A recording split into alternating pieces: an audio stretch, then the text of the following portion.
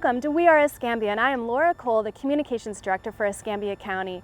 And today we have quite an adventure to share with you. We are going to be going out with Captain Robert Turpin from our Natural Resources Department Marine Division to see how materials from the old 3-mile bridge will be used to create a new artificial reef just about 10 miles offshore of Escambia County. So stay tuned, we can't wait to share this adventure with you. Welcome aboard. Well, thank you. This is Captain Robert Turpin. It's my pleasure to introduce you to our viewers on We Are Escambia. And today you have quite an adventure in store for us. But first, tell us a little bit about yourself and how you got to being a boat captain for Escambia County. Well, I've been a boat captain for almost 30 years now. I've been on the water all my life here, lived in the Panhandle and down in the Caribbean for a few years, but most of my life I've spent on the water. I'm a marine biologist. I got a degree in marine biology from University of West Florida, and while I was there I did research on artificial reefs, and today we're going to actually deploy materials for an artificial reef. That's really exciting, and you've already given us our safety briefing, so we know we're ready to go. And tell the viewers why this is such an important mission. The mission actually started in 2012 when the Florida Department of Transportation announced the rebuilding of the Pensacola Bay Bridge.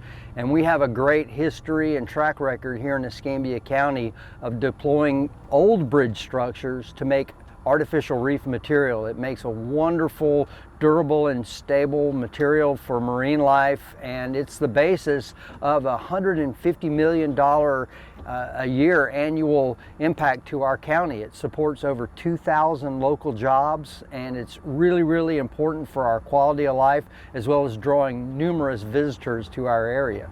And when the reef is finished, what types of sea life, marine life, will we be able to see there?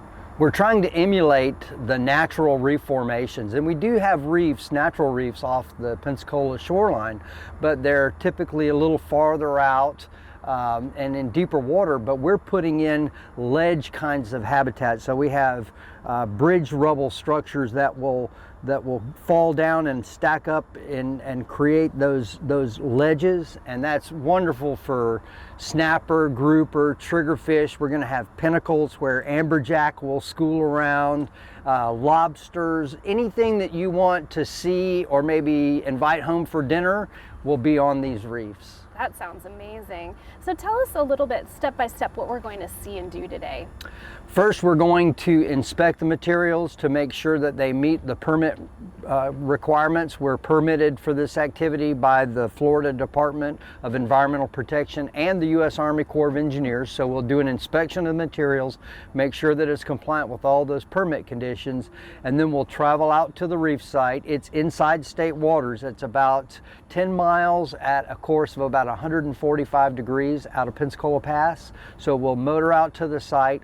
We'll look at the reef that's already been developed. Today will be barge load number 155. Wow. So there's a lot of material that's already on the seabed and it's stacking up. So we're going to choose a location for this barge load based upon what the conditions are and what the materials look like.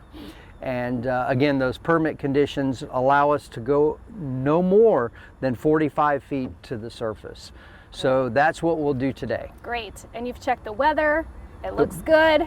The weather looks great. We'll be checking the radar throughout the day. Of course, this time of the year, we're always watching the radar and watching the sky because it is those thunderstorms that can pop up in the summertime, especially, that can threaten our safety. And we always want to have a safety first operation. Great. Well, thank you very much, Captain Robert Turpin. I'm excited about this adventure, and we will continue to show you what we're going to do today. Thank you.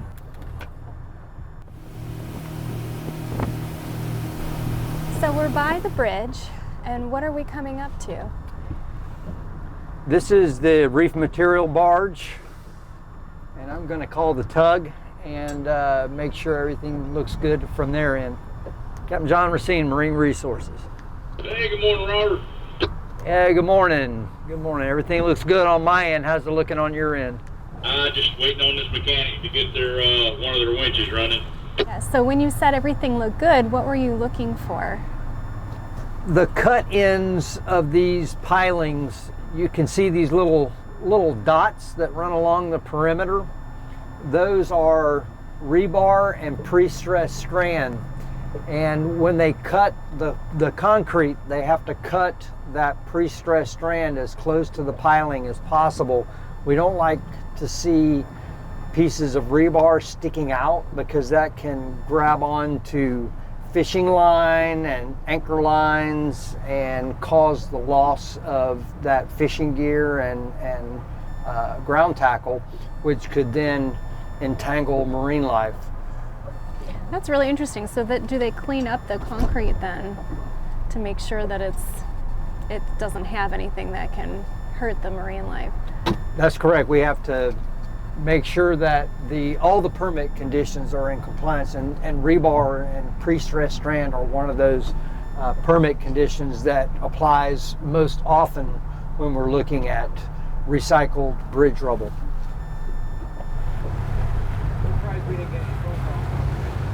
So this is a view you don't see every day as a motorist. I go across this bridge every day, but tell me what we're seeing right now. This is one of the reefing barges, and you can see the beam is at an angle, and the material is loaded onto railroad track that is on top of that beam. Wow. So that is the surface upon which the concrete slides, and they've got these metal shims between the concrete and the steel railroad ties. So you can see there's 4 of the intact portions of the roadbed. So they simply load them onto the barge, and then you can see the cut off pilings where the caps have been removed from the first 2 bents, and then the other ones still have the caps on. So when you look at the material on the barge, you'll see the cap, which is the top part, and part of the pilings are cut, and then they'll have this bottom footer cap that will be removed, and then the pilings below that will be removed and put on the reef. How far along are we in this project? The demolition project is about 75 to 80% complete. From this angle, you can see these large cranes that simply lifted the roadbed off of the pilings to the left and then placed them on the barge to the right. So they lift and then place. Sounds a lot easier than it is because each one of those spans weighs over 100 tons.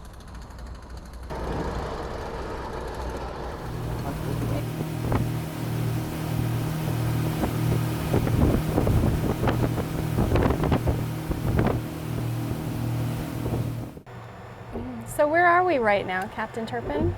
We are in Escambia Southeast Artificial Reef Site. That's this polygon here. This is about 9 square miles. It is the largest artificial reef site in Florida waters. This line that runs just south of the reef site is the boundary line between federal waters to the south and state waters to the north. And because the stakeholders desired a reef site in state waters, we permitted this site in state waters. It's almost 6 miles long by almost 2 miles north and south. And we had to put it in this configuration because there's a natural reef here and another natural reef here. The shipping lane comes off this way, so we were impinged on at least 3 sides by features that we could not put reefs in. So that's why it's located and configured the way it is. We're in the central west portion of the reef site, and each one of these icons is one of the previous deployments of the 3-mile bridge, and this is reef site number 5. This is approximately 16 acres worth of artificial reef This is one of the largest artificial reefs in the state of Florida, and we need to verify as to whether or not this is one of the largest artificial reef sites in the world. It rivals the size of the Oriskany, but certainly not the significance of the Oriskany artificial reef site. And the bottom is just alive with organisms. People have the misconception that the sandy seafloor is like a desert, but the seafloor is full of mollusks and shrimps and crabs and all kinds of food resources for the reef fish community. It's another misconception that the artificial reef fishes feed on the reef itself. I did some research when I was at the University of West Florida, and we were looking at the gut contents in the fish around artificial reefs off Florida, or off Pensacola, Destin, and Panama City. And our conclusion was similar to other studies that have revealed that the fish eat what's in the seafloor and what's floating by in the plankton. And although they do eat on organisms that grow upon the reef, like barnacles and other encrusting organisms, the basis of the reef fish food web is in the seafloor, in the benthic community, as well as in the planktonic community. And I also saw you writing down a bunch of coordinates. What are you preparing for? So the reef site is about 1,500 feet across, east and west, and about 1,000 feet north and south. And when you zoom in, this is the approximate center of the reef, and we have listed the coordinates are 30 degrees, 11.497 minutes north by 87 degrees, 10 minutes, 0.680 west. So that's the coordinate we have listed on the website, so you can find the reef. And what I did is as I came in towards the center, I turned off the engines, and we have drifted to the southwest. So I'll use that information to help choose a location for this deployment. And when you're looking at it in 2 dimensions, you can see there are a number of previously deployed materials in this roughly 16-acre reef site. So what I have to do then is use the previous plotted coordinates, look at the fathometer to see what that height is, and then choose a location where we can bring the tug and the barge up into the prevailing current and wind, so that we can let those 2 forces slow down the barge as it nears the reef site. And we'll have a buoy, at least one buoy out for that orientation and target. So when you get out to, or when I get out to the reef site, the first thing I do is I determine what are the set and drift by the current and the wind. And then I'll choose a location based upon those forces and what I see on the seafloor and what the material dimensions are, what's on the barge, because I want it to stack up, but it can't stack up and be higher than 45 feet from the seafloor, and that's a permit condition. So now we'll crank up, and then I'll look in the southwest corner of the reef site and choose a location to make this deployment, and then we'll put a buoy out and wait for the tug and the barge. So this site has material that's roughly 70 feet from the surface, and because we have a 45-foot navigational clearance, I like to leave at least 5 feet of buffer. So really we only have 20 or 25 feet of water column to work with, and these pieces of concrete are 30 to 35 feet on a single dimension. So depending on how that material lands on the bottom, if it lands at an angle like this, I'm good. But if it lands like this, and I only have 25 feet of reef site, but it sticks up 35 feet, now we've got a violation of our reef permits that would be very difficult and expensive to resolve. So I have to be very careful when I choose a location to put reef material so that we get some stacking, but not too much stacking. And the reason why we want to have some stacking is that if a piece of concrete that lands on the sand will eventually subside down below the sand level, similar to the way that your feet sink into the sand when you walk out into the surf zone. When that wave hits your foot, part of that water is deflected vertically downward, and it creates what's called liquefaction of those sediments, like quicksand, and your foot sinks down.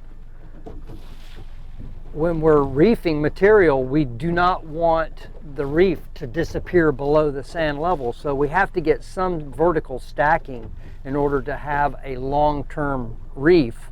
But again, we can't violate that permit condition. So it's a little more complicated than just coming out here and letting material fall off of a barge. To build the best artificial reefs for Escambia County and for the marine life, it takes a lot of equipment and thought and consideration, and knowing how the reef will come together. Now you can see here's a piece of reef that came up to within 25 feet of our reef permitted boundaries. So these are fish, but this is reef material down here. So if that barge load were to go on this site, we would very likely violate the vertical height permit condition. So every day when I come out here, I have to think about the load that's already on the barge. How big are those pieces? How are those pieces likely to come off the barge and stack on the bottom, or stack on a previously deployed stack of reef material? And what would you say to somebody, let's say somebody is watching this and they're interested in becoming a boat captain, what would you tell them? Go to school for engineering. I actually went to school for engineering first, and although I'm not an engineer, a lot of what I learned in engineering school really applies, because you've got mechanics of materials, you've got fluid dynamics, you've got vectoring and computer assisted design that you're working on. You've got density, salinity, all kinds of friction, all kinds of complex forces that are interacting in this environment within a regulatory framework that says you can build reefs up to this point. But since we're not, it'd be easier if we would anchor the barge and then use a crane and take pieces off and put them here and put them here and put them here. But when you have a piece of concrete that's 30 feet long and 35 feet wide that hits the water in a depth of 100 feet, it sails underwater. It doesn't just go straight down. That's another thing we have to watch out for when we're out here, is we have to keep an eye out for any threatened and endangered species, and we cannot allow the reef to be deployed if there's a marine mammal or a sea turtle or other threatened and endangered species within 50 feet of that operation. So looking at today's conditions, I need to anchor a buoy. I need to put the anchor in this vicinity here and let it drift down, so that when the barge pulls up next to the buoy, we'll know that that is the target location for that deployment.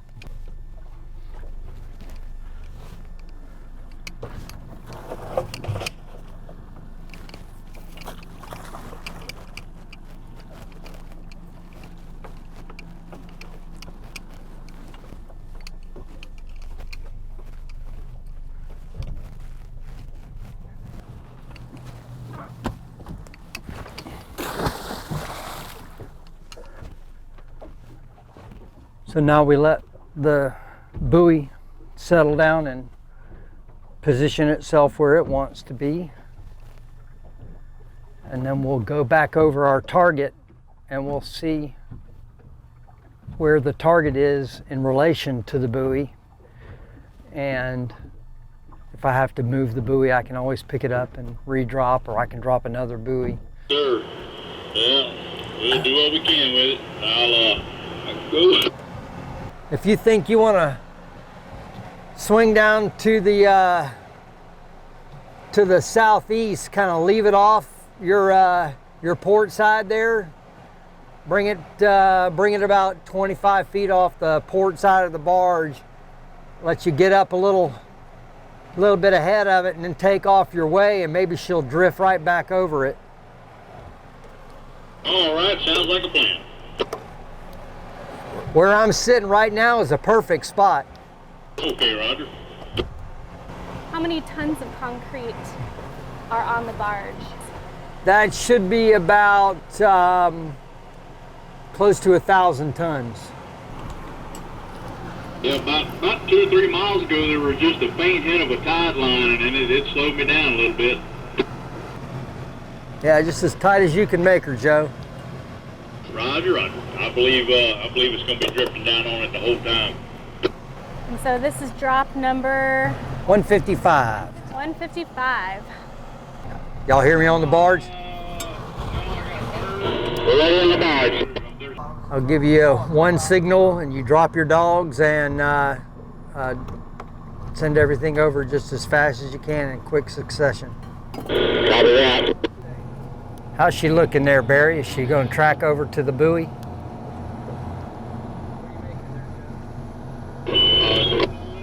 She's spinning around just a little bit, and I think it's going to close up a little bit to it. Okay, all right. Just the way you got her coming, Joe. Roger, Roger. Just a refresher course, we're going to drop the dogs and we go, right? Yeah, on my signal. One signal for everything. Copy that. What are you making there, Joe? Down to one knot. One in? Yeah, one in clutch, making 1 knot. Roger, roger. All right, just keep her coming. It looks like she's going to go right exactly where we want her. Hold her steady there, Joe. She's doing just right. Roger, Roger, holding 170. All right, Joe, I'll stop. Deploy, deploy, deploy, deploy. All done.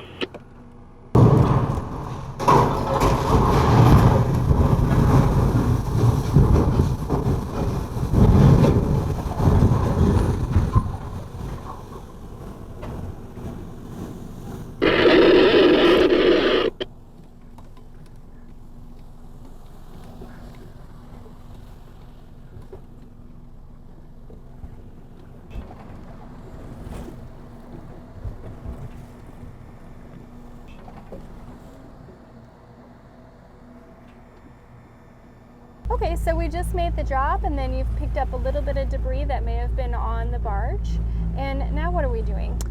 Now we are running the boat back and forth across the deployment site to map exactly where the deployment went, and also to get a post-deployment confirmation that we did not violate a permit condition.